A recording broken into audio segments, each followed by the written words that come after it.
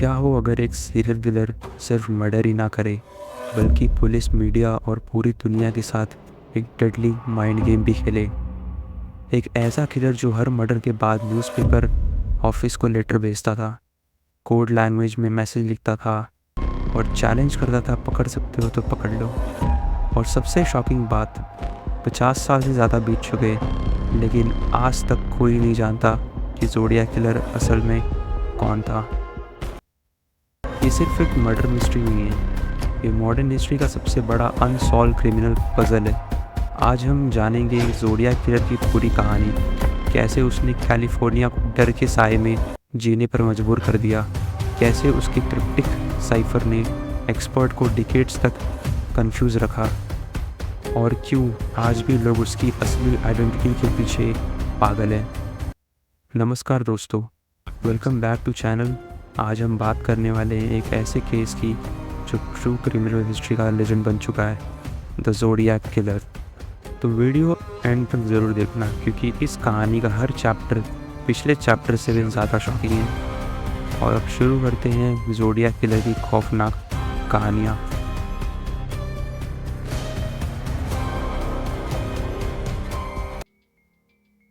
बात है 1968 20 दिसंबर। कैलिफोर्निया के बेनिसिया एरिया में एक यंग कपल डेविड फैराडे और बेटी लो जेनसन अपनी फर्स्ट डेट पर निकले थे। रात को दोनों एक आइसोलेटेड रोड के पास अपनी कार में बैठे हुए थे। सब कुछ नॉर्मल लग रहा था, लेकिन कुछ ही देर बाद किसी अननोन अटैकर ने उन पर फायरिंग कर दी। डेविड की वही मौत हो गई। बेटी भागने की कोशिश करती है, लेकिन उसे भी गोली मार दी जाती है। पुलिस के पास ना कोई विटनेस था, ना कोई क्लियर सस्पेक्ट। केस ठंडा पड़ने लगा, लेकिन किसी को नहीं पता था ये सिर्फ शुरुआत थी। लगभग 7 महीने बाद 4 जुलाई 1969 एक और कपल डर्लिन फेरिन और माइकल मैग्न्यू अपनी कार में ब्लू रॉक स्प्रिंग्स पार्क में बैठे हुए थे। तभी एक कार उनके पास आकर रुकती है। एक आदमी बाहर निकलता है और बिना वार्निंग के फायरिंग शुरू कर देता है। डर्लिन की डेथ हो जाती है, लेकिन माइकल जिंदा बच जाता है और यहीं से इन्वेस्टिगेशन इंटरेस्टिंग हो जाती है।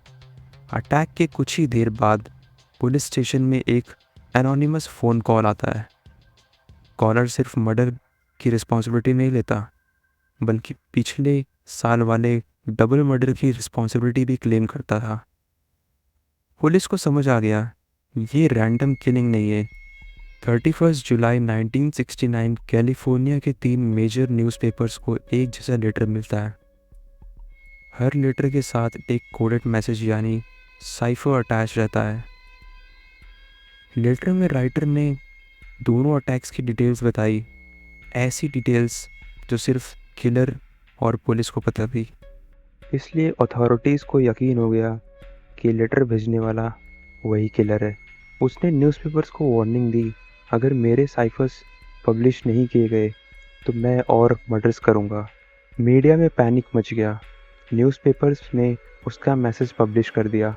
कुछ दिनों बाद एक और लेटर आया और इसी लेटर में पहली बार उसने अपना नाम बताया, दिस इज़ ज़ोडियाक स्पीकिंग।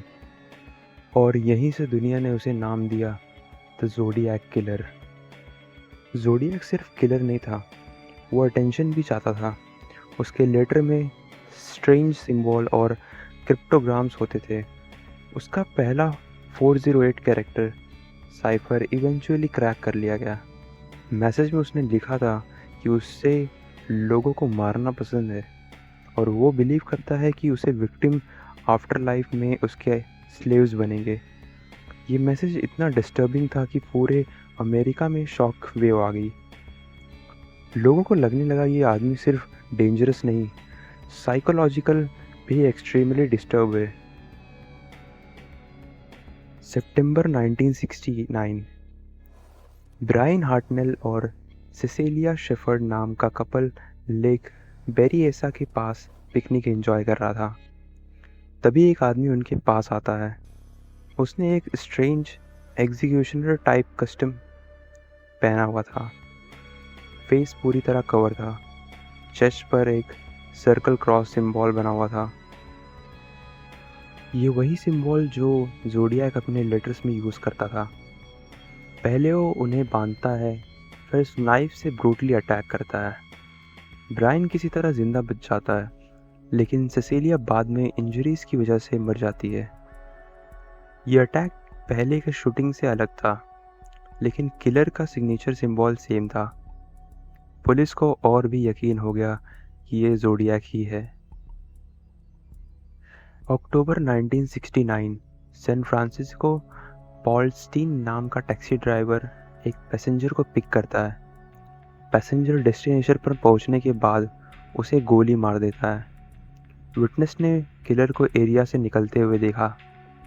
सबसे शॉकिंग बात, पुलिस के पास उस रात किलर को पकड़ने का मौका था, लेकिन कम्युनिकेशन एरर की वजह से सस्पेक्ट्स का डिस्क्रिप्शन गलत ब्रॉडकास्ट हुआ और किलर पुलिस के सामने से निकल गया। बाद में ज़ोडिएक ने न्यूज़पेपर को लेटर भेजा। लेटर के अंदर पॉलस्टीन की शर्ट का ब्लडेड स्टेन पीस था। ये उसका प्रूफ था कि मर्डर उसने ही किया है।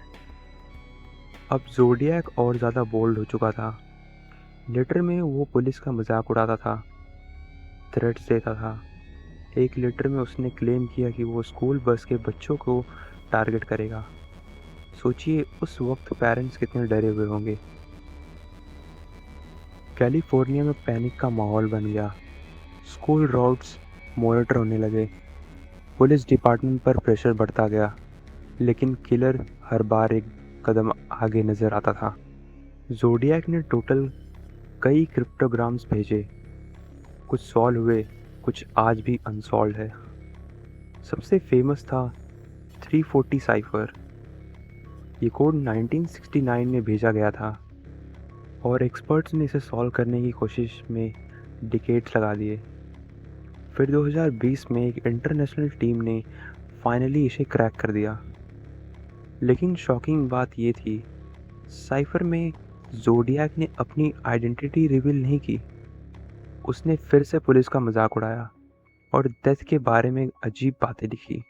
यानी 51 ईयर बाद भी मिस्ट्री वहीं की वहीं है। सालों तक हजारों सस्पेक्ट्स इन्वेस्टिगेट किए गए। सबसे फेमस नाम था आर्थर लेग एलन का। पुलिस को लगता था कि ये कई क्लूज उसकी तरफ पॉइंट्स करते हैं, लेकिन प्रॉब्लम ये थी, कोई कंक्लूसिव एविडेंस नहीं मिला। डीएनए मैच नहीं हुआ, हैंडराइटिंग मैच नहीं हुई और केस ऑफिशियली सॉल्व नहीं हो सका। बाद में और भी सस्पेक्ट्स के सामने आए, लेकिन आज तक किसी के खिलाफ इतना स्ट्रांग प्रूफ नहीं मिला कि उससे ज़ोडिएक डिक्लेयर किया जा सके। सबसे बड़ा सवाल, आखिर ज़ोडिएक पकड़ा क्यों नहीं गया? उसके पीछे कई रीजंस माने जाते हैं।